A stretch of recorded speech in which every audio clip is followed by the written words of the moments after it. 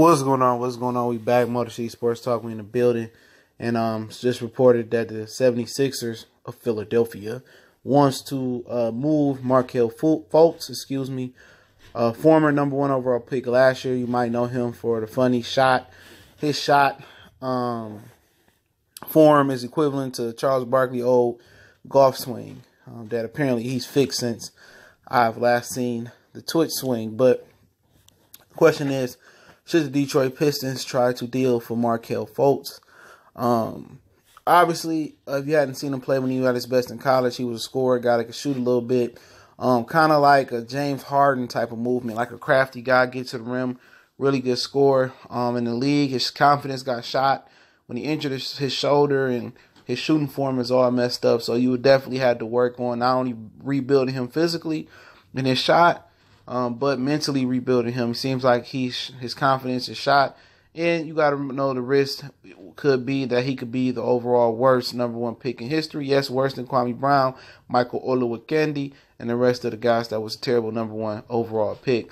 You name him, he might could be worse than him. That's the floor. The floor is very, very low for Markelle Fultz. What could be best is maybe he didn't fit in Philadelphia. They didn't let him handle the ball.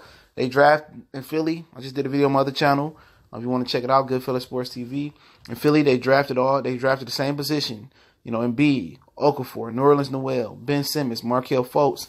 All right, so in Detroit, he can come here and be the head honcho and let him, when he's ready, let him run the team and be the point guard. And it's the risk because you're not going to get a John Wall or Bradley Beal without trading a Blake Griffin or Andre Drummond, or be really, really bad and have a really, really coveted draft pick, which if I'm really, really bad and I have a coveted draft pick, which the Pistons are not yet, and I don't think they will be, I think that'd be a really good 5th or 6th seed in the East. But let's say somebody got hurt and the Pistons end up having almost a lottery pick. Why would you trade a lottery pick for John Wall or Bradley Beal when you got a chance to get R.J. Barrett, Zion Williamson, or somebody else? They're going to come up with some European ball players that came out of nowhere and tell you how great they is. But so that's the question. You know what I'm saying?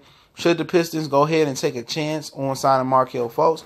Next year, he's guaranteed $9.7 million, being a number 1 overall pick. And I believe he has about 2 more years on this contract. Don't quote me on that. Probably with a 5th year for a team or player option. Not pretty sure about the particulars of his contract. But this is the type of risk you got to take if you're the Pistons. You want to get a diamond in the rough, a number 1 overall pick that just need to change the scenery, need to handle the ball and be yourself and be comfortable. You take a shot at them, man. You got some players that Philadelphia might want. They need some wings. They need a Stanley Johnson. They need some shooting. A Luke Kennard if he can get healthy. Reggie Jackson. He has an expiring contract next year. I don't know if they care if it's expiring this year or next year, but they are looking for late draft picks or expiring contract. And the Pistons can just trade their draft pick next year and get Markelle Fultz. So you don't have to give up no players. But if you wanted to get some players off your salary cap, Stanley will be a guy. Reggie could be a guy. But if you can just get give him a 1st round draft pick this year, or a 2nd or something like that, and somebody else, and you could just rehabilitate him behind the scenes, and he's ready to play. And him and Reggie could battle it out. Reggie can game him for the next couple of years, and then, he can eventually at some point take over. I take it, man. I take it because this guy got potential. He can play.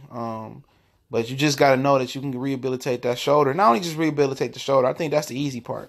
Rehabilitate him mentally is the hard part. I think he getting stripped of a lot of confidence playing with Ben Simmons, playing with Joel Embiid. Both are ball dominant. Not Jimmy Butler's a ball dominant guy.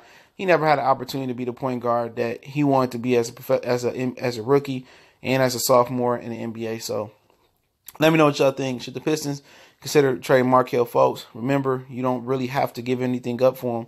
They're looking for a late 1st at best or an expiring contract, so you don't have to give nothing up for him. And maybe him and Luke Kennard at some point can form a rapport and be the backcourt of the future. Or him and Bruce Brown, who's an excellent defender and got praised by old boy on Mike Fratello. I forget his name, man. Old Memphis Grizzly head coach, a Hawks head coach. I can't remember who he coached, but he praised him, for Bruce Brown for being an elite defender and pretty much being a James Harden stopper last night. So let me know what y'all think. Markelle Fultz, yay or nay. Motor City Sports Talk. Appreciate it. Don't forget we on Facebook, Twitter, Instagram. Also want to make a donation. All those links in the description. Email, video, intro, music. Y'all know what the business is. We gone.